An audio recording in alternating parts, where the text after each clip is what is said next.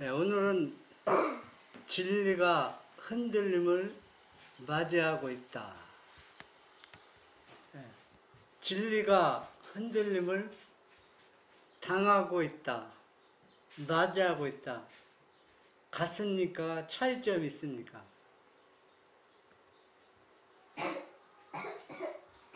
맞이하고 있다. 좋은 말이네. 준비된 말이네.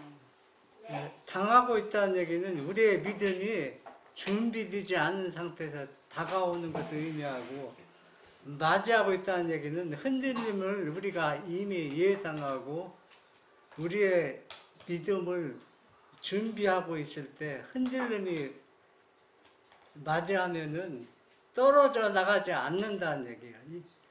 우리가 준비되지 않은 사람은 흔들림 때 다 흔들려서 사단이 까불면 그 까불림에 그 바람에 날아갑니다.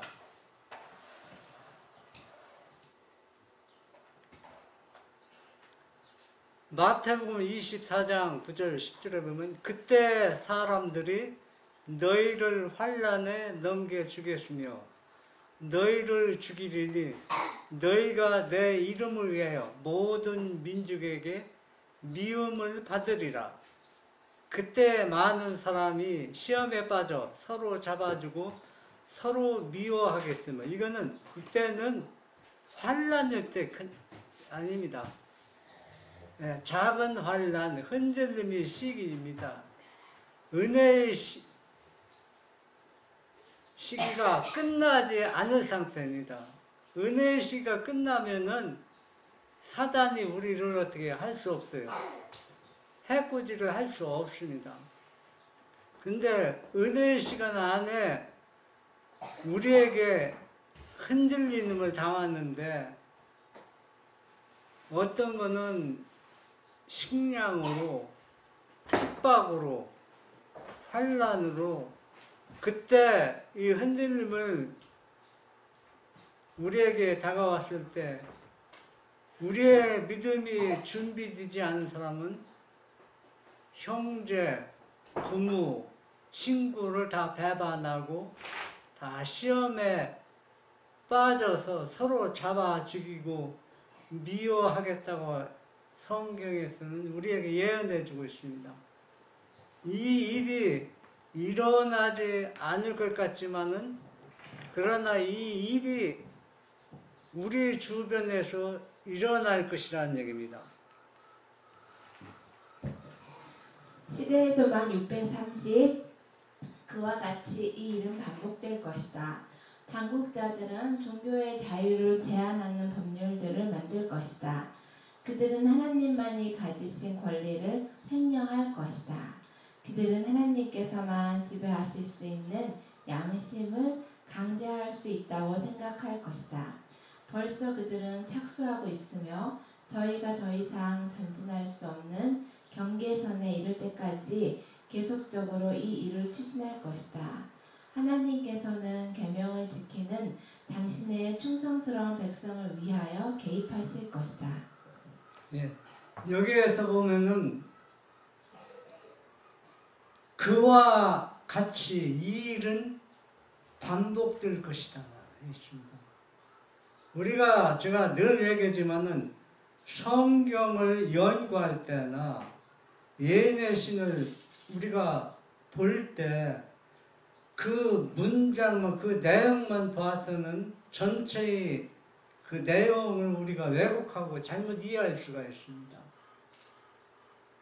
그래서 여기에 보면 그와 같은 일이 계속 반복될 것이라는 얘기는 예수님을 십자가에 못 박은 그 배경을 지금 그 역사를 말해주고 있습니다. 이 사람들이 세상 사람들입니까? 메시아를 기다리는 유대인들입니다. 그 유대인들이 하나님의 아들을 거절하고 십자가에 못 박는 일을 어떻게 해요? 계속 재림할 때까지 이 일이 어떻게 해요? 반복될 것이다 했습니다. 모세도 예수님을 십자가에 못 박아서 가나안에 들어가지 못한다고 하나님께서 말씀해 주셨습니다. 모세는 예수님 어떻게 십자가에 못 박았습니까? 반석을 2번 타서. 예. 하나님의 명령을 그거는 우리가 보면은 아주 작은 실수 같은데 그 작은 실수가 예수님을 5대 못 박는 것. 십자가에 못 박는다는 얘기는 얼마나 엄청난 과오라는 것을 우리가 여기서 알 수가 있습니다. 그래서 이런 일들이 우리 시대에 우리가 계속 반복해서 예수님을 십자가에 못 박고 있는데 그 십자가에 못 박으면서도 그 죄가 무엇인지 알지 못하고 있다는 얘기입니다. 그러면은 이걸 계속 예수님을 십자가에 못 박으면서 열심을 다해서 예배드리고 집회를 열면 그 집회에 그 예배에 예수님 오시겠습니까? 예수님 오셨다 떠난다는 얘기입니다.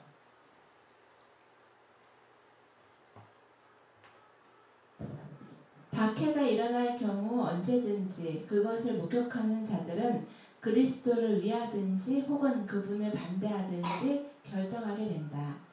부당하게 정죄당하는 자들에게 동정심을 나타내는 자들은 그리스도에 대한 그들의 애착심을 나타내는 것이다. 다른 사람들은 진리의 원칙이 저희 행동을 직접 부당하다고 선을 긋기 때문에 기분이 상한다. 한때 그들이 옹호하던 신앙을 배반하고 비틀거리며 쓰러지는 자들이 많다. 시련의 때에 배교하는 자들은 저희 자신의 안전을 얻기 위하여 거짓 증언을 하고 저희 형제들을 배반할 것이다. 그리스도께서는 빛을 거절하는 자들의 뭘 인정하고 잔인한 행동을 보고 놀라지 않도록 이 일을 우리에게 경고하셨다. 네. 이 일이 이제는 우리 가족에서, 우리 교회 내에서, 우리 주변에서 이 일이 분명히 일어날 것입니다. 이거는 흔들림이 우리가 당하고 있고 작은 환란이라고 표현할 수 있습니다. 예를 들어서 우리 이 장전이 일인데 여기에서 만약에 안식일을 지키는 몇 가정이 있어요. 예를 들어서 몇 가정이 있는데 한 가정은 안식일을 철저히 구별해서 거룩히 지키고 참 진짜 몸이 예수님을 믿는 것처럼 사람들에게 주위 사람들이 보여줍니다. 근데 몇 가정은 안식일 대강대강 교회 가서 예배만 드리고 대강대강을 지켜요. 그러면 대강 안식일을 지키는 사람은 철저하게 안식일을 구별해서 지키는 가정은 어떻게 했어요? 증오하고 미워하게 된다는 얘기입니다. 왜? 자기네들이 보면은 자기네들이 안식일 지키고 예배드리지만 자기네들이 볼 때 어떻게 이들을 증오할 수준이 없어요. 철저히 안식일 지키는 사람. 흔들림을 맞이할 때는 진리를 가졌다고 진리를 믿는다고 하나님을 믿는다고 하지만은 원칙대로 수행하는 참된 진리를 믿는 사람들 때문에 너무 미워하고 죽겠어요. 왜? 그래서 그 사람들 증오하고 배반하고 그 사람들 잡아 들인다는 얘기입니다. 여러분, 진리 원칙대로 사는 사람들에게 뭘 표하는 사람? 동정심을 나타내면은 그 사람은 아직도 뭐 가능성이 있어요. 누가 그렇게 있다가 붙잡혀서 십자가 진 사람이 누구예요? 네, 구레네 시몬은 유대인처럼 뭐 예수님을 철저히 믿고 그런 사람이 아니지만 예수님이 억울하게 당하고 그 모습 배경을 보고서 너무 측은히 여기고 긍휼히 여겼습니다. 그렇기 때문에 로마 군병들이 그를 잡아서 뭘 치게 했어요? 예, 예수님 대신 십자가 치게 했습니다. 그래도 시몬은 그게 수치가 아니라 얼마나 놀라운 축복이었습니까? 엄청난 축복을 받았습니다. 내가 믿음이 부족해서 진리 원칙대로 살아가지 못한다 할지라도 진리대로 살아가는 사람들을 보면은 그들에게 뭘 나타내? 그들이 억울함을 당할 때, 배반을 당할 때 동정심을 베푸는 사람들은 그들이 뭐 할 수 있다는 게 회개하고 완전히 진리에 굳게 설 수 있는 큰 은혜를 받을 수 있다는 것을 우리가 여기에서 볼 수가 있습니다. 그러나 사람들은 핍박을 받든지 박해가 당하면은 그것을 똑같은 목격자들이 두 편으로 나눠주는 겁니다. 배반하든지 진리 편에 가담하든지. 여러분은 어느 편에 가담할지. 지금은 나는 절대 예수님을 배반하지 않겠다 자신만만할지 모르지만은 시간이 다 그런 사람들을 해결해 주는 겁니다. 그리스도께서는 제자들에게 다가올 예루살렘의 멸망의 징조를 보여주면서 그들에게 피하는 방법을 가르쳐 주셨다. 너희가 예루살렘이 군대들에게 에워싸이는 것을 보거든 그 멸망이 가까운 줄을 알라. 그때 유대에 있는 자들은 산으로 도망할지며 성내에 있는 자들은 나갈지며 촌에 있는 자들은 그리로 들어가지 말지어다. 이 날들은 기록된 모든 것을 이루는 형벌의 날이니라. 이 경고는 40년 후 예루살렘이 멸망당할 때에 유의하도록 주어진 것이다. 그리스도인들은 경고에 순종하였으며 한 사람도 도성이 함락될 때에 멸망당하지 않았다. 이때 40년 후에 이 일이 이루어졌지만은 40년 전에 예수님께서 이 말씀을 하셨을 때 유년에서 들은 사람들은 한 사람도 죽지 않고 다 예루살렘 성을 초원으로 빠져나갔다 하겠습니다. 그 증거가 뭡니까? 피할 수 있는 증거를 주셨잖아요. 너희가 예루살렘 군대에게 에워싸이는 것을 보거든 멸망이 가까운 줄 알아. 이때 어디로 도망가요? 성에 있는 사람은 성 밖에 나가고 촌에 있는 사람은 촌으로 나가서 마을을 떠나서 어디로 도망가라? 산으로 도망가라. 그러면 그 당시는 로마 군인들이 예루살렘 성을 포위해서 둘러싸여 있지만 지금은 로마 군인들이 와서 예루살렘을 포위하거나 교회를 포위하지 않습니다. 그러면 이것은 세상 멸망이 가까운 줄 아는 방법은 똑같은 역사가 반복되는데 지금 오늘날 우리 시대에는 그 피할 수 있는 증거가 뭡니까? 피할 수 있는 방법이 여기서 알려졌는데 우리가 그것을 성경을 연구해야 됩니다. 그래서 여기서 저 개인적으로 이걸 살펴본 결과 이열 법령이 강제적으로 지키라고 법적으로 명령이 내리는 그 모습을 보일 때 우리는 이 멸망을 피해서 산으로 도망갈 시기를 알 수가 있다는 얘기입니다.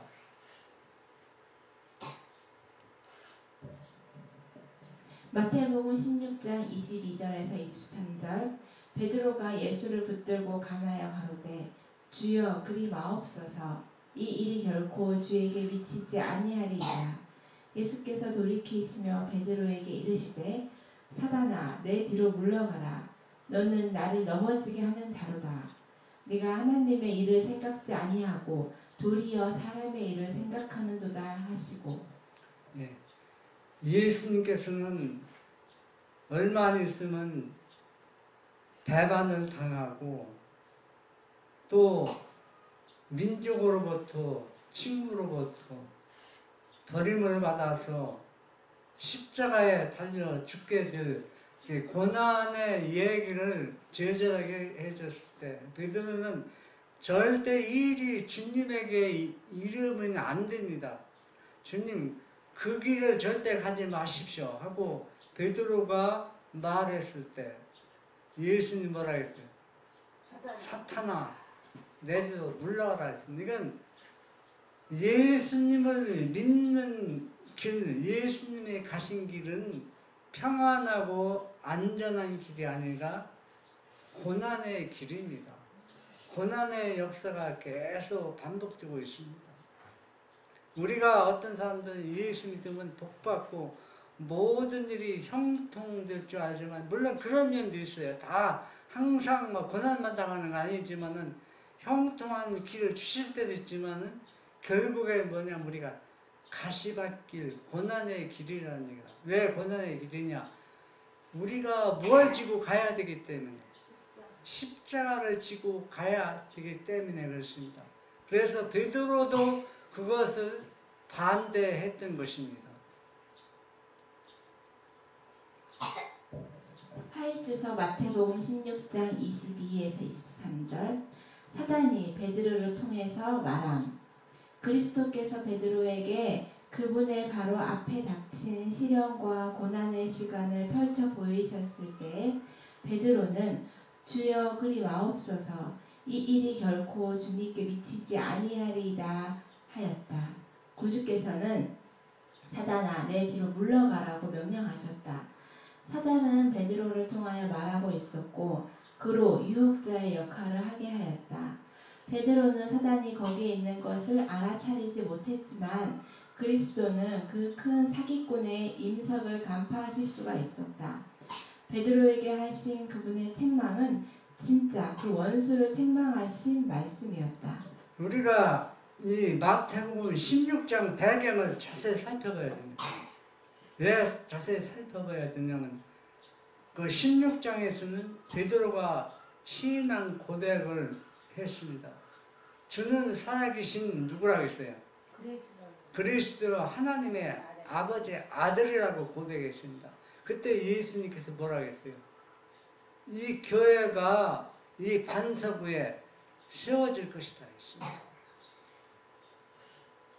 그랬던 베드로가 갑자기 그리 마옵소서 예수님은 절대 십자가에 죽어서는 안 됩니다. 이렇게 말할 수 있는 것은 베드로의 본 마음이 아니라 누구의 마음이 사기꾼이 누굽니까? 마귀가 그렇게 한 겁니다. 그래서 예수님께서는 베드로를 책망하기보다 누구를 책망한 겁니까? 사탄을 책망한 것입니다. 예수님 눈에는 사단이 보이는데 우리는 안 보여. 사단의 사업은 그리스도께서 타락한 인류를 구원하시려고 애쓰실 때에 예수님의 용기를 꺾어놓는 일이었고 베드로의 말은 사단이 듣기를 간절히 바라고 있던 바로 그 말이었다. 그의 말은 하나님의 계획과는 정반대가 되는 말이었다. 이와 같은 성질의 인을 지닌 것은 무엇이든지 다 하나님을 공격하는 것이었다. 그런 말들은 다 사단의 교사로 말미암아 바래진 말들이다. 왜냐하면 그런 말들은 하나님께서 그분의 율법을 옹호하시고 그의 신민들을 다스리시며 타락한 인류를 구원하시기 위하여 그분이 고안하실 수 있는 단 하나밖에 없는 계획을 정면으로 반대하는 말이기 때문이다. 사단은 그들이 그리스도를 낭만케 하고 낙심시키기를 바라고 있었다. 그러나 그리스도는 이런 생각을 해낸 작자를 향해서 사단아 내 뒤로 물러가라고 말씀하신다. 여기에서 우리가 자세히 유념하고 살펴볼 것은 타락한 인류를 구원하시고 그분이 고안할 수 있는 단 하나밖에 없는 계획, 구속의 경륜을 정면적으로 반대하는 것이 무엇인지 알아야 됩니다. 이 여러 가지 방법이 있는 게 아닙니다. 이 구속의 경륜은 우리 인류, 죄인, 나를 구원할 수 있는 방법은 그 고안이 딱 하나밖에 없는데 그 고안이 뭐냐면은 하나님의 아들 예수님이 십자가에서 완전한 대성물이 되는 그 고안 하나밖에 없어요. 그것을 설명하고 이해하기 위해서 성경 66권이 동원된 겁니다. 다른 게 아닙니다. 그것을 바르게 이해하고 그것을 믿게 하기 위해서. 그래서 이것을 정면으로 반대하는 것이 무엇인지 아십니까? 이 고난의 길을 가지 않는 것이지 반대하는 거냐. 그래서 오늘날도 예수 믿때 고난의 길 가기 싫어서 타협하고 또 오류를 받아들이고 오류인지도 모릅니다. 연구하지 않기 때문에 다른 사람이 가니까 그냥 따라가는 거. 그러나 우리 시대는 그것이 통하지 않는다는 얘기입니다. 왜? 마지막 시대의 셋째 천사에게는 완전한 빛을 주었기 때문에 완전한 빛을 순종하는 조건입니다. 이 셋째 천사의 빛이 주어지기 전에는 내가 받은 만큼만 순종하면 구원이 성립되고 구원을 얻을 수 있습니다.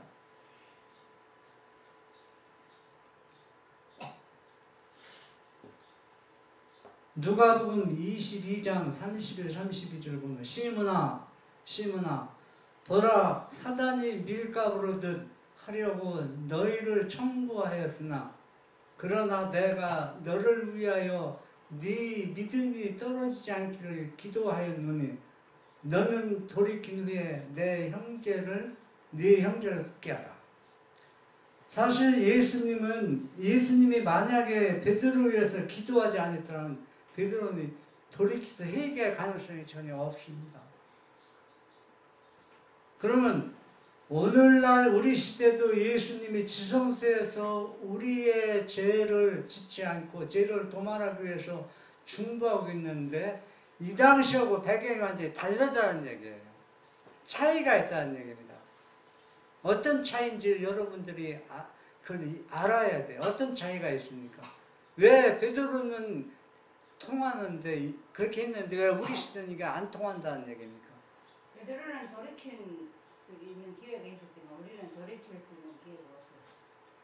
우리에게는 시간이 없다는 얘기예요. 한마디로 얘기하면 베드로에게는 은혜의 시간이 충분히 있었고 기회가 있었지만 우리에게는 이 진리를 배척하면은 회개할 수 있는 그 시간이 없어요. 은혜의 시간이 없다는 얘기입니다.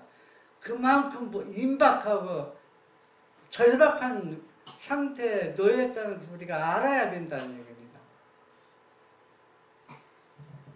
사회주성 누가복음 22장 31에서 34 베드로가 사단을 시험함.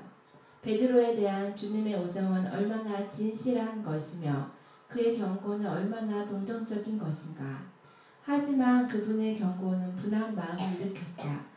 자만심으로 가득 찬 베드로는 자신 있게 그리스도께서 그에게 경고하신 일이 결코 일어나지 않을 것이라고 하였다. 베드로는 주여 내가 주와 함께 오게도 죽는데도 가기를 준비하였나이다 라고 말하였다. 사실 베드로는 예수님으로부터 칭찬받았죠. 네가 한 얘기는 당신은 살아계신 그리스도 하나님의 아들이라고, 신성의 아들이라고 표현했을 때 네가 한 얘기가 아니라 내 속에 누가 아버지께서, 아버지 영이 함께해서 네가 했다. 그렇게 칭찬을 받고 격려를 받은 베드로가 얼마 안 있어서 지금 뭐가 가득 찬? 자만심으로 가득 차 있습니다. 나는 절대 예수님이 말하는 것처럼 예수님을 절대 부인할 수 있는 그런 여지가 본인에게는 하나도 없다고 자만에 빠져 있지만 본인은 그걸 모르고 있었습니다. 오늘날도 베드로 같은 사람이 많이 있습니다. 아, 나도 그거 알아. 그 말씀 알아. 대개 보면 그렇게 얘기해줘요. 듣질 않냐. 나도 그 말씀 알아. 그 얘기를 딱 끊어버려요. 나도 아는 건 안다고. 그게 본인도 모르게 자만심입니다. 응? 우리는 마지막 때 이 자만심이 얼마나 사람들이 넘어질지 우리 주변에서 많이 있습니다. 베드로가 진리를 깨뜨려보고 알았습니다. 그래서 이 진리의 교회가 세워진다고 예수님께서 분명히 말씀하셨지만 베드로는 지금 넘어지고 말았습니다. 무엇 때문에 넘어졌습니까? 자만심으로 가득 차 있다는 얘기입니다. 우리가 알고 있는 진리, 그 자만심, 그거 진리가 온전하게 예수님 마음을 소유하지 못하면 우리는 언제든지 넘어질 수밖에 없고 예수님은 언제든지 배반할 수밖에 없다는 것을 우리가 여기에서 알아야 됩니다. 그의 자만심은 자기 파멸을 입증하였다. 그는 사단에게 자기를 시험해보라고 사단을 시험해보았다. 그리고 그는 교활한 원수의 관계에 걸려들었다. 그리스도께서 그를 가장 필요로 할 때에 그는 원수의 편에 서서 공개적으로 그의 주님을 부인하였다.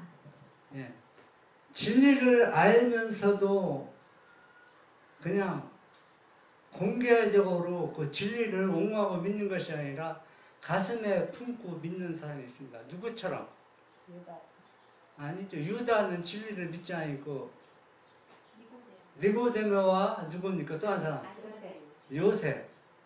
그러나 그들은 뭐가 있었어요? 은혜의 시간이 충분히 있었기 때문에 돌아설 수 있었지만 진리도 돌아왔지만은 오늘날 우리 시대는 그렇지 않다는 얘기예요. 내가 빛을 받았으면 그 빛을 옹호하고 빛을 반사해야 됩니다. 자기 혼자 마음에 품고 있으면은 그것이 우리를 구원해 주느냐? 천만의 말씀이에요. 아까 조금 전에 봤잖아요. 구세의 경륜은 오직 한 가지밖에 없다고 했어요. 한 가지밖에. 그 한 가지가 뭔지 아십니까? 귀하신 아들이 완전히 대성문에 드는 거. 이걸 옹호하고 이걸 이해하기 위해서 성경 전체가 동원되고 또 선지자가 임명돼서 선지자를 통해서 이걸 또 우리에게 자세히 말해주고 있는데 자만심 때문에 이걸 망쳐버리고 있다는 얘기야. 그대의 집회들은 하나님의 영이 거기 계시지 않기 때문에 관심을 잃어가고 있음이 내게 보여졌다. 형제 자매들은 이 두 사람 때문에 완전히 예속되어 있다. 그들은 그들의 자유를 감히 행사하거나 그들의 영혼의 단순성 가운데서 그들의 신앙을 기탄 없이 말할 수 없다. 왜냐하면 여기 제2형제가 그의 차갑고 가혹하고 비평적인 눈으로 그의 믿지 아니하는 마음의 기능을 행사할 기회를 그에게 가져다 줄 어떤 말이고 엿보고 낚아챌 준비를 하고 있기 때문이다. 이 두 사람 사이에서 하나님의 영은 슬퍼하며 그 집회를 떠나셨다. 형제들이 용의 정신을 나타내고 하나님께서 증언들을 통하여 그들에게 빛과 위로를 전달해 오셨다는 것을 믿는 사람들과 싸움을 벌일 때, 이때는 형제 자매들이 그들의 자유와 완전한 양심의 자유를 주장할 때이다. 하나님께서는 그들에게 빛을 주어 오셨다. 그리고 그 빛을 간직하고 서로를 굳게 하고 격려하기 위하여 그것에 대해서 말하는 것은 그들의 특권이다. 이 집회가 하나님의 영이 떠났다 했어요.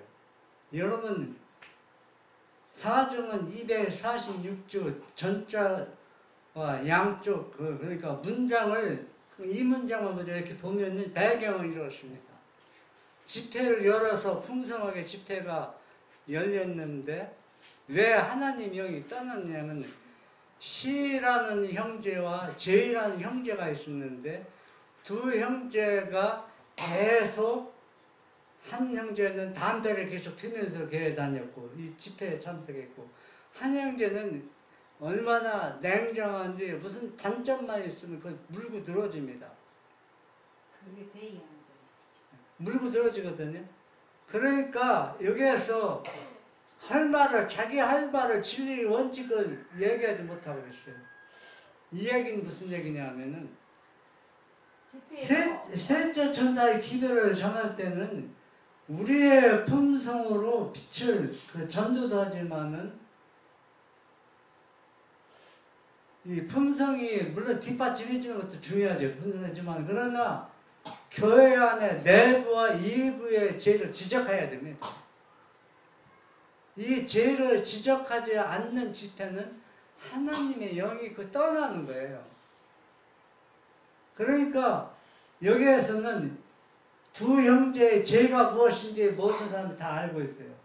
그런데 진리의 수호자, 집회를 주관하는 강사들이 누구든지 그 말을 전달할 때 죄를 지적해서 그들이 해결케 해야 되거든요. 그런데 그걸 바른 말을 하지 않는 사람들은 무슨 정신을 가진 사람이라 했어요? 용의 정신을 가진 사람들이라 했습니다. 오늘날 집회가 이런 집회가 얼마나 많이 있습니까? 할 말을 다 못해요. 왜? 할 말 다 하면 집회에 참석하지 않거든요. 그러나 그런 사람들은 장로건 목사건 누구건 간에 말씀을 아무리 철저히 준비한 사람이랄지라도 용의 정신을 가지고 있기 때문에 그 집회에 누구의 영이 오지 않는다는 얘기입니다. 하나님의 영이 오지 않는다는 얘기입니다. 왔다도 떠나버린다는 얘기입니다.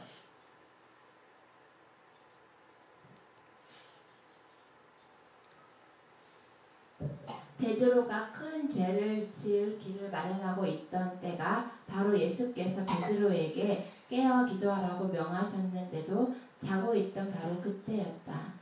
그 결정적인 순간에 잠을 잤으므로 제자들은 모두 큰 손실을 당했다. 그리스도께서는 그들이 통과해야 할 불같은 시련을 아셨다. 그분은 어떻게 사단이 그들의 감각을 마비시켜서 그들로 시련을 대비하지 못하도록 할 것인지를 아셨다.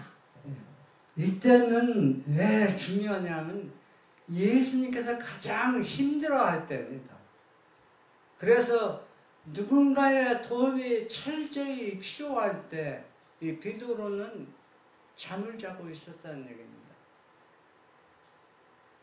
그런데 얼마나 큰 손실을 당했습니다.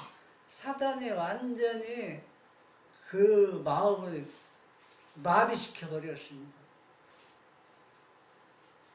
오늘날도 똑같은 일이 반복되는데 오늘날 셋째 천사의 기별을 외친다고 하면서 진짜 진리 그대로 외치는 무리가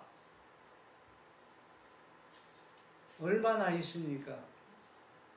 성경 말씀 그 진리대로 말하면은 집회에 사람들이 오지 않습니다. 또 참석하는 사람도 별로 없어요. 그렇기 때문에 할 말을 다 하지 못하는 경우가 그런 집회가 많이 있습니다. 그러나 우리가 여기에서 유념해야 할 것은 뭐냐 하면은 이와 같이 예수님이 십자가에 달리기 전에 그렇게 힘들었던 것처럼 예수님이 재림하기 전에 진리를 외치는 작은 무리가 가장 힘들 시가 바로 지금입니다. 왜? 원리대로 진리를 선포하면은 사람도 오지 않고 얼마나 핍박이 심합니까? 이때 이 진리를 이해하고 깨달은 사람들은 이걸 옹호하고 협력하였는데 이상하게 말씀을 왜곡해서 별로 중요하지 않은 것처럼 그렇게 사는 사람들이 우리 주변에 얼마든지 있을 수 있습니다. 그러나 그 사람에게 하나님 은혜가 계속 임하는 게 아니라는 것을 우리가 깨달아야 됩니다. 그 일이 나도 그렇게 할 수 있습니다. 그래서 우리는 가장 중요한 때 우리가 베드로처럼 잠을 자지 않기를 바라고 깨어서 근심하여 기도하기를 바랍니다. 베드로는 3번이나 주님을 공공연하게 부인했었다. 예수께서도 3번씩이나 바늘 돋친 화살과 같은 이 날카로운 질문을 그의 상처받은 마음에 던짐으로써 사랑과 충성의 보증을 베드로에게서 끌어내셨다. 모인 제자들 앞에서 예수님은 베드로의 회개의 깊이를 나타내셨으며 한때 자만하던 제자가 얼마나 완전히 겸손하게 되었는지를 보여주셨다. 베드로는 완전히 사람이 달라졌습니다. 완전히 변화되었습니다. 얼마나 겸손해졌습니까? 그래서 예수님은 3번 연거푸 베드로에게 가시돋친 질문, 화살 같은 질문한 것은 봐라. 베드로가 나를 부인하기 전 그런 베드로가 아니야. 완전히 변화된 사람이야. 얼마나 겸손해졌는지 그 주의 사람들에게 각인시켜 주는 것입니다. 그래야 베드로가 다시 일을 할 수 있지 않겠습니까? 그래서 온전히 베드로처럼 회개한 사람은 진리를 옹호하고 그 가시밭길을 같이 가게 된다는 얘기입니다. 마태복음 24장 39절 홍수가 나서 저희를 다 멸하기까지 깨닫지 못하였으니 인자의 임함도 이와 같으리라. 노아가 120년 동안 그렇게 일쳤지만은 사람들은 이 말을 믿지 아니했습니다. 깨닫지 못했습니다. 그러면 예수님이 재림할 때도 이와 같은 역사가 또 일어난다는 얘기입니다. 오늘날 사람들도 안 믿습니다. 이런 일은 절대 일어나지 않을 것이다. 믿지 않아요. 그리고 준비를 하지 않습니다. 초기문지 281 구속의 경륜은 성취되었으나 그것을 받아들인 자는 극소수였다. 부드러운 자비의 음성이 사라지자 두려움과 공포가 악인들을 사로잡았다. 나는 그들이 두려워 떨면서 너무 늦었다, 너무 늦었다 하고 외치는 분명한 소리를 들었다.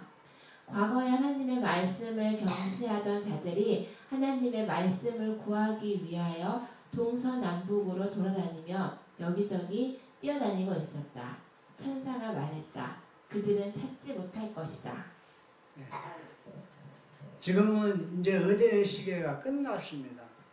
끝나서 말씀의 감동도 없을 뿐 아니라 이 구속의 경륜, 이 사랑의 음성을 전하는 사람들이 없습니다.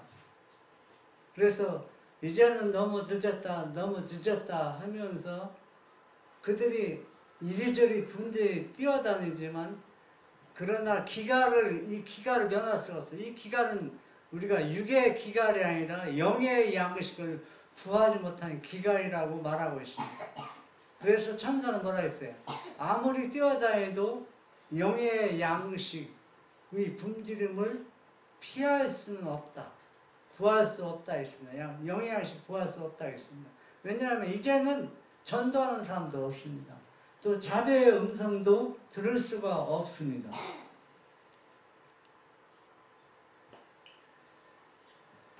땅에 기근이 이르렀는데 양식이 없어서가 아니요 물이 없어서가 아니고 주의 말씀을 들을 수 없는 기근이라. 그들이 하나님께로부터 단 한마디에 인정하는 말씀을 듣지 못할 것인가. 그렇다. 그들은 듣지 못할 것이다. 그들은 갈증과 굶주림으로 허덕여야만 한다. 날마다 그들은 구원을 등한시해 왔고 하늘의 보물과 보증보다 지상의 부와 쾌락을 더 높이 평가했었다. 그들은 예수님을 거역하였으며 성도들을 조롱하였다. 더러운 자들은 영원토록 더러울 것이다. 옛날이나 지금이나 역사는 반복되겠지만 성경 그대로 예수님의 제자들에게 전해주신 그 진리를 그대로 고수하는 사람에게는 계속 사람들에게 조롱과 핍박과 더러운 자들 또 귀신에 들렸다는 그런 누명을 쓰고 계속 어려움을 당하고 있습니다.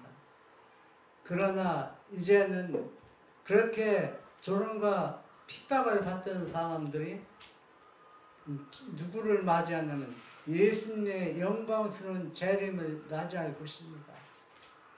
그러나 조롱과 핍박이 두려워서 예수님을 배반하고 진리대로 사는 사람들을 조롱할 때 그 사람들은 영원히 더러운 그 품성으로 꼴지어져서 그들은 예수님 오실 때 구원을 받을 수가 없습니다. 여러분, 우리는 지금 흔들림의 시기가 시작되고 있습니다. 그래서 우리가 예수님을 믿는데 핍박을 받거나 조롱을 받거나 또한 어려움이 많으면은 편하게 타협해서 쉽게 예수님을 믿는 그 길을 택하고 있습니다. 그러니까 좁은 길을 가는 것이 아니라 넓은 길, 넓은 그 진리를, 그러니까 사람들이 많이 다니는 그 길을 찾아서 함께 동행한다는 얘기입니다. 여기 계신 우리 모든 분들은 비록 우리가 가는 길이 아무리 좁고 또 핍박과 조롱을 받는다 할지라도 머지않아 곧 예수님이 오실 것입니다. 그래서 우리는 이제는 보상을 받을 것입니다. 그래서 우리는 끝까지 주님이 가신 그 길을 예수님 바라보고 따라가서 주님이 오실 때 우리가 크게 기쁨으로 외치면서 주님 오신다 하고 우리가 그렇게 예수님을 환영하는 우리 모두 진실한 하나님의 자녀가 되시기를 바랍니다. 아멘.